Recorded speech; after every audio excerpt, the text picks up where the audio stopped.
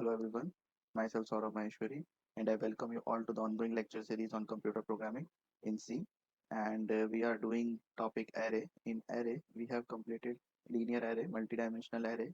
We have also seen the concept of strings. And now in this lecture video, we will see multidimensional arrays of characters, that is 2D array of characters. And we will also see the application of 2D arrays of characters. Okay, so just like any integer array, uh, the 2D array of characters is similar to that. Suppose we want to create a 2D array of characters, so we can simply have two-dimensional characters, two dimensions of the sizes of the characters. That is, first of the dimension would depict the rows and number of rows, and then second dimension would be the columns. Suppose we want to make a character array with 5 rows and 10 columns, so it would simply be writing like this, and we can also declare these with the help of curly braces syntax as we did in the integer array. So suppose if you want to create a smaller array, I will show you with an example. Suppose you want to create an array with 2 rows and 3 columns and you want to initialize it. But the thing that you have to remember here that the characters are given with the help of single quotes. So you have to write like this. Suppose you want to give following input. Okay. So that will be given. So as the total number of elements is 3 into 2, that is 6. So these are the 6 elements that will be given, and these will be stored in the form of rows and columns, in the form of row major form,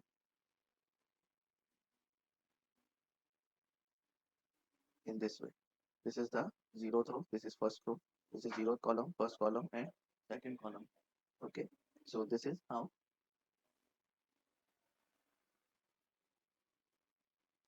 So this is the first row, this is second row, and this is first column, second column, and third column. Okay, so this is how any character array is stored as simple in the same manner as we did in the integer array. So there is no difference in the character array and integer array while we stored it as individual characters. Okay, and one more thing, a variety that is equivalently applicable here also, that is the ASCII values that can also be written over here directly.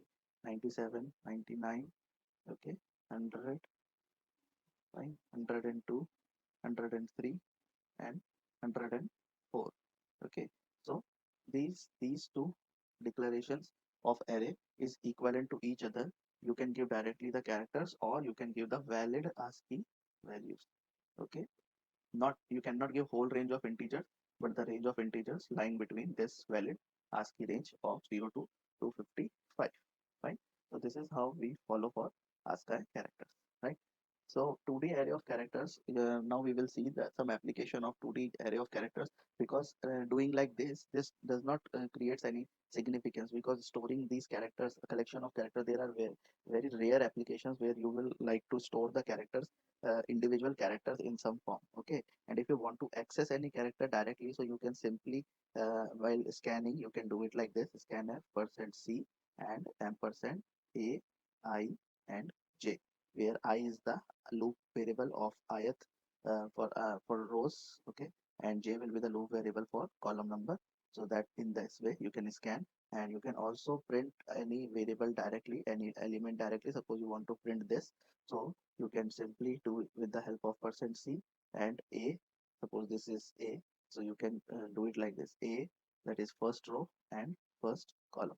Okay, so this is how you can print it. This is first row and this is first column. Okay, so you have to just match the index and you can able to print it. Okay, but the main application of 2D array of characters comes in the form of array of strings. Okay, so as you know that one dimensional array, 1D array, okay, some of the arrays which ends at null character are strings, right? So 1D arrays which end at the null character are string. So here you can see that this is 1D array and this is one more 1D array, and together these are collection of 1D array. A 2D array is always 2D array is collection of 1D arrays, right? So can we write 1D arrays if there are some 1D arrays which ends with null character? If there are some 1D arrays which end with null character, So can we write like this? Okay, 2D array is that collection of 1D arrays which ends at null character is called array of strings, right? So in this, in any two-dimensional array, if all the rows terminates with null character, if all the rows terminates with null character, then you can say this 2D array that each of the row is one string. This is string 1, this is string 2, and this is string 3. Okay, so this is your zeroth string, this is your first string, this is your second string. So it means if this is S, so S0 is your first string, S1 is your second string, and S3 is your, S2 is your third string. And you can also note here that there is no requirement of this column index for any of them, right? Obviously, you can access any element individually like this. Suppose this can be A, B, C, or I will take this the help of this example. Suppose we make an array, two-dimensional array. From this array it does not appears that this is array of strings, right? But what we have application in our mind that we want to store 5 names, okay, and each name is of maximum this length, okay.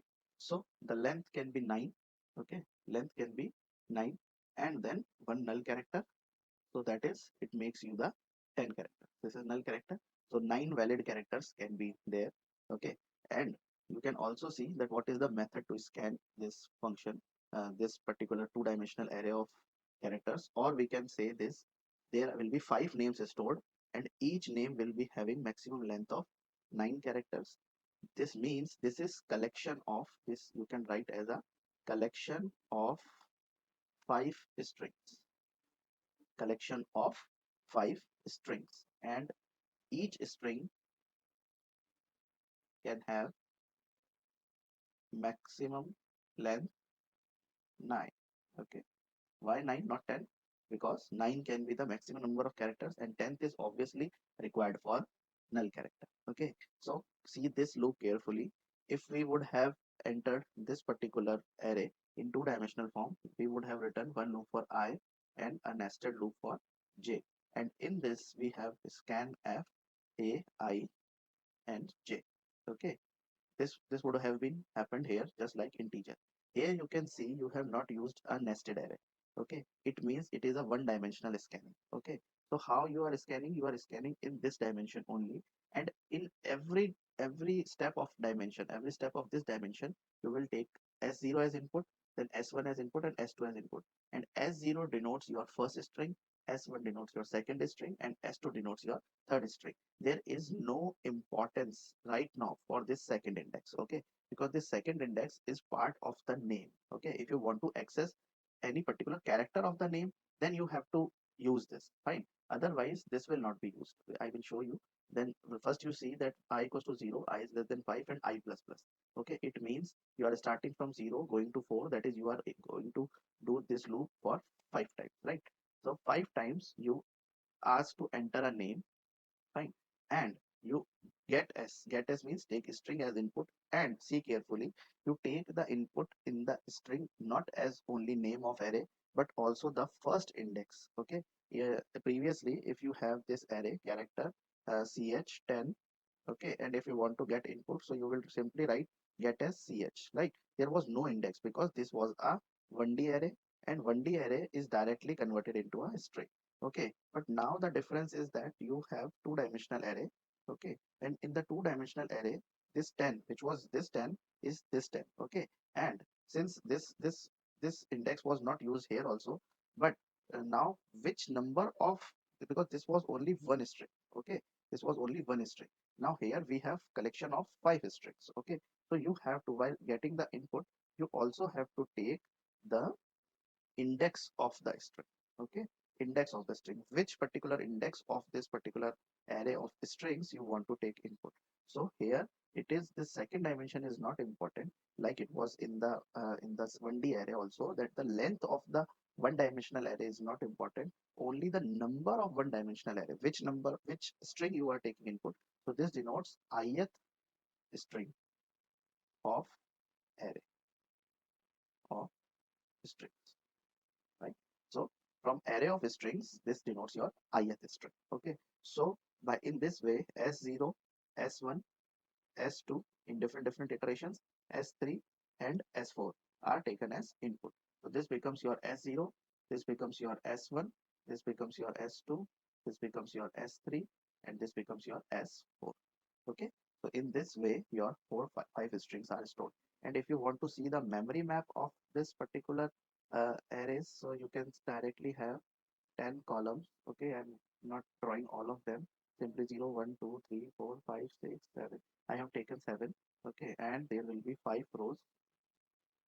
rows denoting your number of strings. So how it will be stored? The first is RAM and then backslash 0, and remaining all will be backslash 0. Second is Sham, then SHYAM, and remaining all are backslash 0. Why remaining all are backslash 0? Because as soon as any of the element of array is initialized, remaining all becomes the initial value, and in case of character arrays, the initial value is null character. Right. Next is Sita. So SEETA, and remaining all are null characters. Okay, fine. And then it is Geeta, GEETA, and remaining all are null characters. Then it is Lakshman, LAKSHMAN, and then the next would have been null character. Okay, so in this way, you have seen that how all of all of the strings are stored. So this looks like a 2D array of characters, 2D array of characters, but seeing in this dimension, okay, and like forgetting this dimension, okay, this dimension is not now an individual entity. Each of the element individually does not hold any significance. Okay, this whole name together holds a significance. Okay, so if we see how many units of data is available, so this is the only dimension which is important. Okay, so that is why this is only one dimension, so we say this 1D array of string, right? It might be a 2D array of characters, right? But logically it is used as 1D array of strings, and you can see here for while printing it also in the form of character. Okay, I have shown you we can directly print it in the same method also by using instead of puts instead of this getS, the same loop can also be used. But for making a difference, what I have done, I have printed it with the help of character by character. You can see I have used %c. For this I have to use two dimension again, because this dimension will scan string. Okay, right, string by string. Okay, and this would scan each string. Okay, each string, all character. Fine. So this is used for this row dimension. This is our row. Okay, so this would take value 0 1 2 3 4, and in every row if you want to print them with the help of characters, so this is the way you have to do. You have to take Sij. You took input as Si because you took it as a whole, as a string. But you can also access them because it is a two-dimensional character array. So you can also access it with the help of second dimension also. But you can see that with this particular null character, you can scan it, and only the valid characters are printed on the screen. Okay, and one more is there. It is not shown over here in the screen. Okay, so but there are also all the strings were printed character by character if you search for null character in a row. Okay, so this loop is used for scanning each row, and this is for changing the row. Okay, and as soon as you change the row, you change the line, as we've done in the two-dimensional array of integers, right? And I have also put a space after printing any character, so that is why this space is between the characters. Okay, so this is not an actual space, this is this printed space. Okay, so I hope array of strings is clear. Okay, now we will also see an application, a practical application that which you can use for various purposes of your different assignments and projects. So sorting the collection of strings. Okay, so anywhere if you want to create collection of strings, so you have to see that you have to use 2D array of characters, or you can say by now you remember this 2D array of characters can be used as 1D array of strings. Okay, and 1D array of strings, it is itself the definition as collection of strings. As 1D array of characters is collection of characters, so 1D array of strings is collection of strings. Okay, now our objective is to take some names. Okay, suppose I take names of all my students. Okay, and I want to arrange them in the ascending order so that I can prepare an attendance register for them. Okay, here I am assuming that I will take five student names, and any of the student name is not more than 9 characters. So that is the 10th place is kept for the null character. Okay, so maximum length of the student name is 9 characters. Okay, so this loop should not be a problem, that it scans one by one all the names and take it input from the user in the form of SI. Suppose we start with this example. Here all of the names are in the same case. Okay, okay, so first we input this name, second name, third name, and fourth name and fifth name. Okay, and our objective, this is the name of my five different students, and my objective is to get them in the sorted order for alphabetically sorted order to store them into register. Okay, so now I am also giving you this as a practical application of strcmp. There we compared two strings. If you remember, you can also see the previous lecture video, and there you will find example on strcmp. There we compared only one pair of strings, and what is printed, the string which is we can identify on the basis of value of strcmp whether it is equal to 0, it means both strings are same. If strcmp s1 and s2 is less than 0, it means that the s2 is smaller than s1. Okay, and if it is greater than 0, then it means that s1 is smaller than s2. Okay, so fine, or you can see, you can refer correctly from the previous lecture video. So for using that logic, what we will do, we will use bubble sort algorithm over here. So what we did for the elements, suppose we had integer elements, that is 2 3 1 5 and 4. Suppose this was our integer element. So what we did, we take this and compare it with all others, right, and make the interchange. So same we will do with the help of strings. So we have, suppose, multiple strings with us. Fine. We have multiple strings with us, 0, 1, 2, 3, 4. Now we will start with this string and compare it with this, and with this, and with this. Then we will take this and compare this with this with this, and this with this. So we will take any string and compare it with all the subsequent strings. Okay. So the loop starts from 0 to 4. Okay, because this will be compared with this, and this. But when the number of this will come, this will only be compared with this, and this should not be compared with anyone. So we will take one less than the actual index number. Okay, so we start from I equals to 0 and take one and scan three till one less than the index total indexes, and then we uh, compare it with all the subsequent strings in the strings in the two-dimensional array. And how we compare it? Okay, in the single individual elements we use equal to operator, because they are single characters or single integers. So that in that this equal to operator works. But here you have to use this strcmp to compare two strings. Okay, so we compare string number si and string number sj. So initially we compare, suppose, s0 and s1. Okay, so how you are going to compare it? Suppose s0 is sam and s1 is sama. Okay, and if there is nothing, there will be null character, and you subtract them. Okay, so s is s0, a is a0, m is m0, and 0 minus a. The ASCII value of null character is 0. So 0 minus a, it means it is a negative number. Okay, and you can see if it is negative number, so it is sam will come always before sama. So you not need to interchange. It means they are in the right order. But anytime if the value is greater than 0, it means it is a positive number, then you have to make an interchange. Okay, swap. Okay, swap.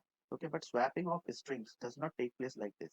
Okay, like the simple variables, like you have a temporary variable and you take value of I, then you take value of j into I. Suppose you want to replace swap value of I and j.